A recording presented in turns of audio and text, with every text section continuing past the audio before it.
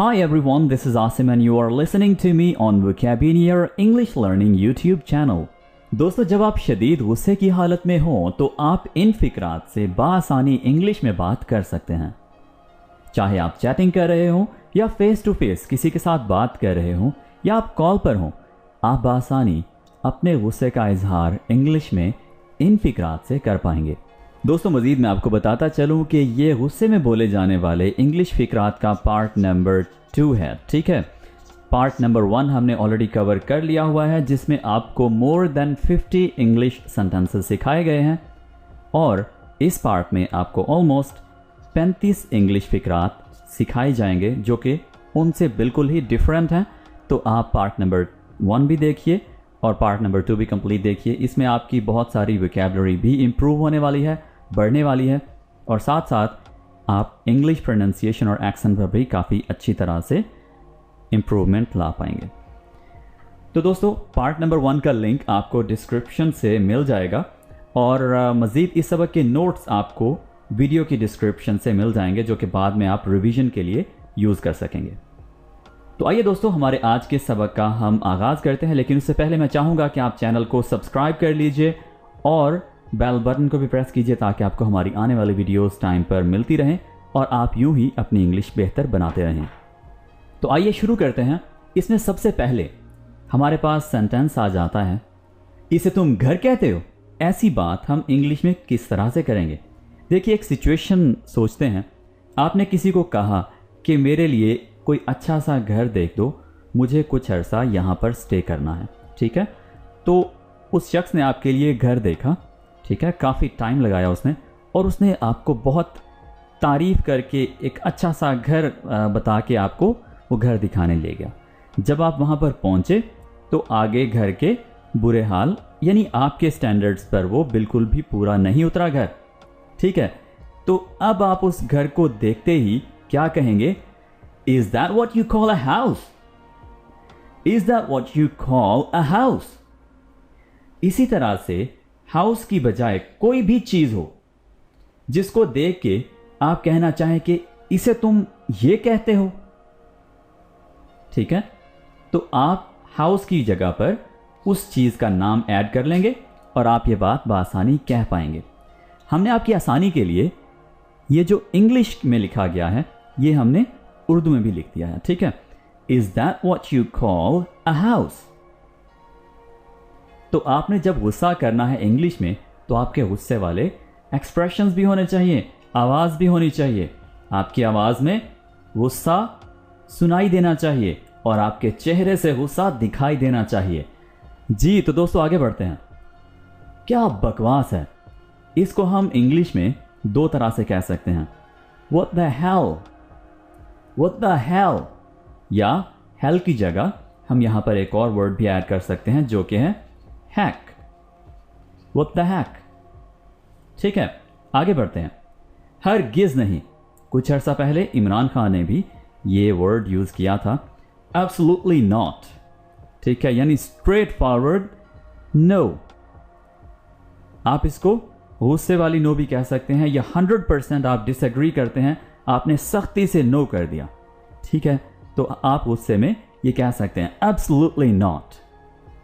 ठीक है, और ये फिक्रा नॉर्मल एक्सप्रेशंस के साथ भी यूज़ किया जा सकता है, एब्सोल्युटली नॉट, जिस तरह से इमरान खान ने यूज़ किया था। ऑलराइट, आगे बढ़ते हैं। मजाक कर रहे हो क्या? Are you kidding? Are you kidding? तो इस तरह से आप इंग्लिश में फुल अच्छे एक्सप्रेशंस के साथ इसको कह सकते हैं, आर यू किडिंग?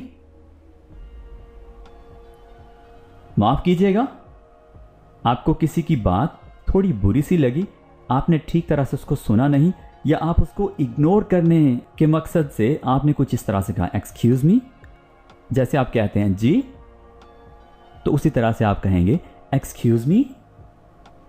जी, आगे बढ़ते हैं।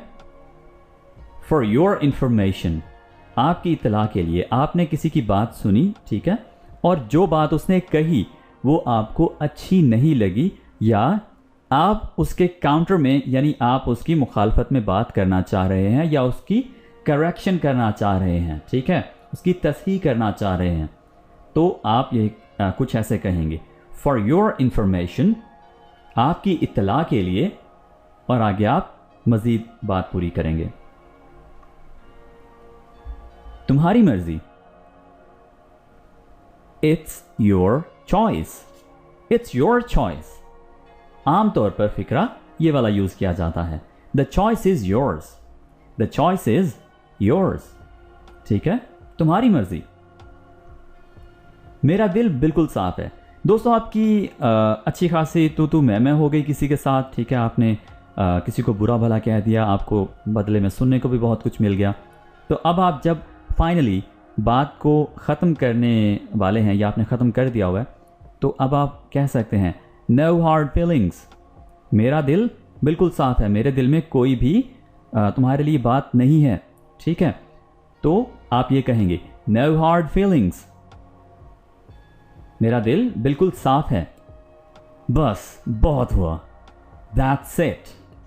दोस्तों, जब आप एक बात कर रहे हैं, ठीक है, आपने बात करते करते दूसरे शख्स ने आपके साथ बहुत ज़्यादा बदतमीज़ी कर दी या बहुत ज़्यादा बोलने लग गया, तो अब आप उसको चुप करवाने के लिए कि बस बहुत हो गया, बस बोल लिया तुमने जितना बोलना था, ठीक है, तब आप कहते हैं इनफ इज इनफ या दैट्स इट, दैट्स इट, बस। ठीक है, तो तब आप ये वाला सेंटेंस यूज कर सकते हैं। आगे बढ़ते हैं जी। अच्छा जी, ये सेंटेंस थोड़ा समझने वाला है। दोस्तों देखिए, आपके बॉस हैं जो उनकी घर में कुछ यानी गड़बड़ चल रही है, ठीक है, उनके पर्सनल मैटर्स कुछ ठीक नहीं चल रहे, ठीक है, और वो अपने गुस्से की वजह से अपने एम्प्लॉइज़ यानी मुलाजिम जो काम कर रहे हैं उनके साथ उनकी सैलरी नहीं दे रहे। ठीक है, तो आप देखिए कि उनके पर्सनल मैटर्स का एम्प्लॉइज़ की सैलरी यानी तनख्वाह के साथ क्या ताल्लुक़ है, क्या लेना देना है, कुछ भी नहीं। ठीक है, तो आप देखिए इस बात को हम इंग्लिश में कैसे कहेंगे कि इसका इससे क्या लेना देना, यानी इस मतलब एक चीज़ कौन सी वाली, पर्सनल मैटर्स, ज़ाती मामलात, ठीक है, और फिर दूसरा इस या उस कर लें इसको, ये है तनख्वाह, सैलरी। तो पर्सनल मैटर्स का तनख्वाह से क्या लेना देना। अब यहां पर हम देखते हैं कि हम सेंटेंस में इंग्लिश में हम कैसे ये बात कहेंगे। What has personal matters got to do with the salaries?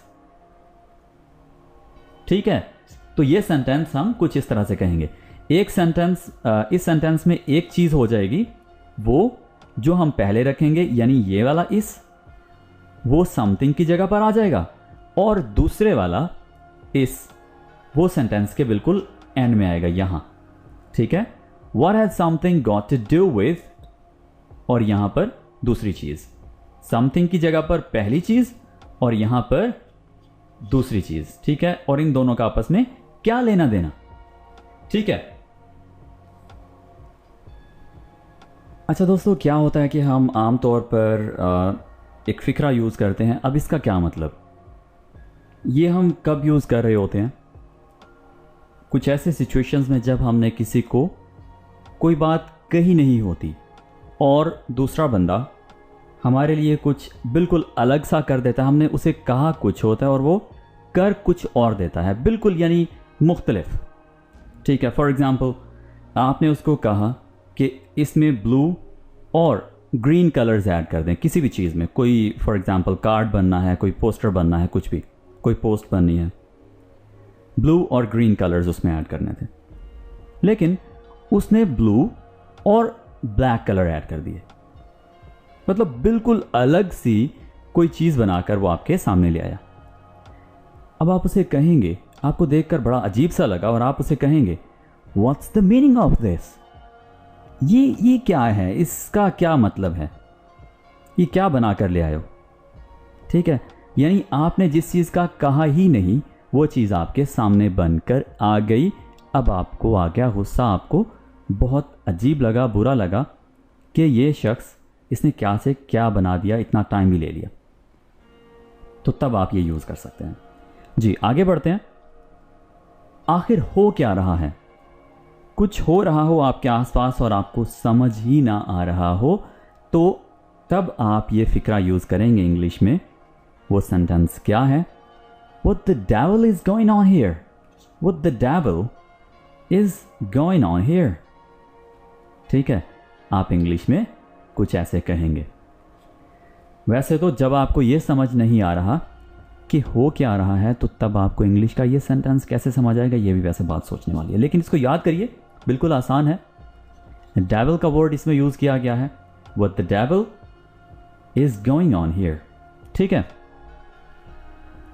वो बहुत ही चिड़चिड़ा आदमी है, यानी छोटी छोटी बात पर गुस्सा कर जाता है और बहुत ही बुरी तरह गुस्सा करता है, चिड़चिड़े मिजाज वाला बंदा है। ठीक है, तो ऐसे शख्स को, चिड़चिड़े मिजाज वाले को, जिसको जल्दी गुस्सा आ जाता हो, उसको हम कहते हैं ग्रम्पी, यानी मूड बना देने वाला, जल्दी जल्दी किसी भी छोटी छोटी बात पर मूड बना देने वाला जो शख्स है, उसको हम ग्रम्पी बोलते हैं।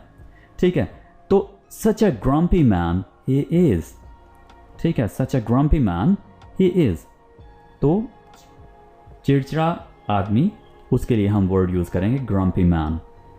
क्लियर? आगे बढ़ते हैं। उसके रवैये से मैं तो जलील हो गया, यानी तंग आ गया, उकता गया। Her attitude really pissed me off. Her attitude really pissed me off. दोस्तों, ये जो वर्ड है ना, pissed me, ये एक स्लैंग है। तो कभी भी इसको आपने जब आप गुस्सा हो ऐसे लोगों के साथ जिनके साथ आपका एक इज़्ज़त वाला रिलेशन हो, उनके साथ आपने ये वर्ड कभी भी यूज़ नहीं करना। ठीक है, गुस्सा आ जाता है, आप गुस्सा निकालने के लिए, इजहार करने के लिए गुस्से का और वर्ड यूज़ कर सकते हैं, लेकिन ये वाला वर्ड आपने ऐसे लोगों के सामने बिल्कुल भी यूज़ नहीं करना जो आपके लिए काबिल इज़्ज़त हों। ठीक है, रिस्पेक्टेबल्स जो आपके हों, उनके साथ आपने, उनके सामने या उनके साथ आपने कभी भी यूज़ नहीं करना। आप यूँ समझ लें कि ये एक गाली टाइप का वर्ड है, राइट? लेकिन इसका मतलब ये है, जिनके साथ आप फ्रैंक हों, जिनके साथ आपकी खुली गपशप हो, उनके साथ आप यूज़ कर सकते हैं। ठीक है, Her attitude really pissed me off. जी, उसने मुझे गुस्से से पागल कर दिया, यानी इतना गुस्सा दिलाया कि मैं गुस्से से पागल ही हो गया। He got me spitting mad. He got me spitting mad. जी, उसका मूड खराब था। She was in a foul mood. आमतौर पर हम कह सकते हैं उसका मूड खराब था या bad mood. She was in a bad mood, इस तरह के सेंटेंसेस, बेसिक सेंटेंसेस यूज़ करते ही होंगे आप शायद। लेकिन ये वाला सेंटेंस देखिए बहुत ही अच्छा है। इसमें वर्ड फाउल है जो कि बहुत अच्छा वर्ड है, आप ये ज़रूर यूज़ कीजिए। She was in a foul mood. उसका मूड ख़राब था, यानी वो बुरे मूड में थी। मेरा बॉस आज मुझ पर भड़क उठा। ठीक है, My boss went off on me today. My boss went off on me today. Went off, यहाँ पर go आएगा प्रेजेंट में। ठीक है, go off मतलब अगर आपका बॉस अक्सर ही गुस्सा कर जाता है तो आप कहेंगे goes off। ठीक है, My boss goes off on some employees every day. ठीक है, यानी मेरा बॉस कुछ एम्प्लॉयज़ पर हर दिन गुस्सा निकालता है, भड़क उठता है। तो पास में था, यहां पर हमने इसलिए वेंट ऑफ लगाया। ठीक है, ये डबल एफ आएगा, राइट? जी, आगे बढ़ते हैं। एक दोस्त के साथ मेरी तू तू मैं हो गई, यानी तू तू मैं की जगह पर एक अच्छा वर्ड जो हम उर्दू में यूज़ करते हैं वो है तकरार। एक दोस्त के साथ मेरी तकरार हो गई। ठीक है, तो तकरार होने के लिए हम इंग्लिश में दो तरह के वर्ड्स यूज़ कर सकते हैं। एक है जी heated argument. I got into heated argument with a friend. या आप ये कह सकते हैं I and my friend exchanged hot words. तो एक्सचेंज हॉट वर्ड्स, ठीक है, एक ये वाला वर्ड है। हीटेड आर्ग्यूमेंट्स या हॉट वर्ड्स, ये एक्सचेंज होते हैं। और ये जो हीटेड आर्ग्यूमेंट है, इसके लिए आप वर्ड गेट का यूज़ करते हैं। ठीक है, so I got into a heated argument with a friend, ठीक है, या we exchanged hot words today. आगे बढ़ते हैं। जब आप एक बात मुकम्मल कर लें और आप उस बात के एंड पर यह कहना चाहें कि यहां बात खत्म होती है, ठीक है, इससे ज्यादा कोई बात है ही नहीं, तो आप उसके एंड पर कहेंगे end of story, end of story, right. ये मेरी बर्दाश्त से बाहर है। आई just can't stand it, I just can't stand it, ये मेरी बर्दाश्त से बाहर है। मैं मजीद उसकी बातें नहीं सुन सकता। आपको गुस्सा आ गया, मजीद आप उसकी बातें बर्दाश्त नहीं कर सकते, सो आप कहेंगे I just can't stand it any more, please don't ask me to do it now. मैं तंग आ गया हूं, I am fed up with it, I am fed up with it. तुम बहुत अजीब हो, you are weird, you are weird, तुम बहुत अजीब हो, तुमसे तो कुछ कहना ही बेकार है। There is no point in saying anything to you. There is no point in saying anything to you. तुमने सब गड़बड़ कर दिया। You messed it up. You messed it up. मैं ये बर्दाश्त नहीं करूंगा। I will not tolerate that. I will not tolerate that. मैं दोबारा तुम्हारा चेहरा नहीं देखना चाहता। I don't want to see your face again. I don't want to see your face again. आप उस समय इस तरह से बात कर सकते हैं। ये मेरी आखिरी वार्निंग है। This is my last warning to you. This is my last warning to you. मुझे ये दोबारा ना कहना पड़े। Don't make me say it again. Don't make me say it again. बस करो। कोई काम चल रहा था जो आपको मजीद पसंद नहीं आया और आप उसको रोकना चाह रहे हैं। कोई लगातार बोल रहा है जिसका बोलना आपको अच्छा नहीं लग रहा, आप उसको चुप करवाना चाह रहे हैं, तब आप ये फिक्रा यूज कर सकते हैं दोनों सिचुएशंस में। Cut it out. Cut it out. Right now. आप इस तरह से right now का वर्ड भी साथ ऐड कर सकते हैं, ठीक है। चूंकि ये सेंटेंसेस गुस्से वाले हैं तो कुछ सेंटेंसेस में मुझे गुस्से वाले एक्सप्रेशंस बनाने पड़ रहे हैं, सो एंजॉय दोज एक्सप्रेशंस। बहुत ज़्यादा गुस्सा अच्छा नहीं होता। Too much anger is not good. Too much anger is not good. Please अब गुस्सा नहीं होना। Please don't get angry now. Please don't get angry now.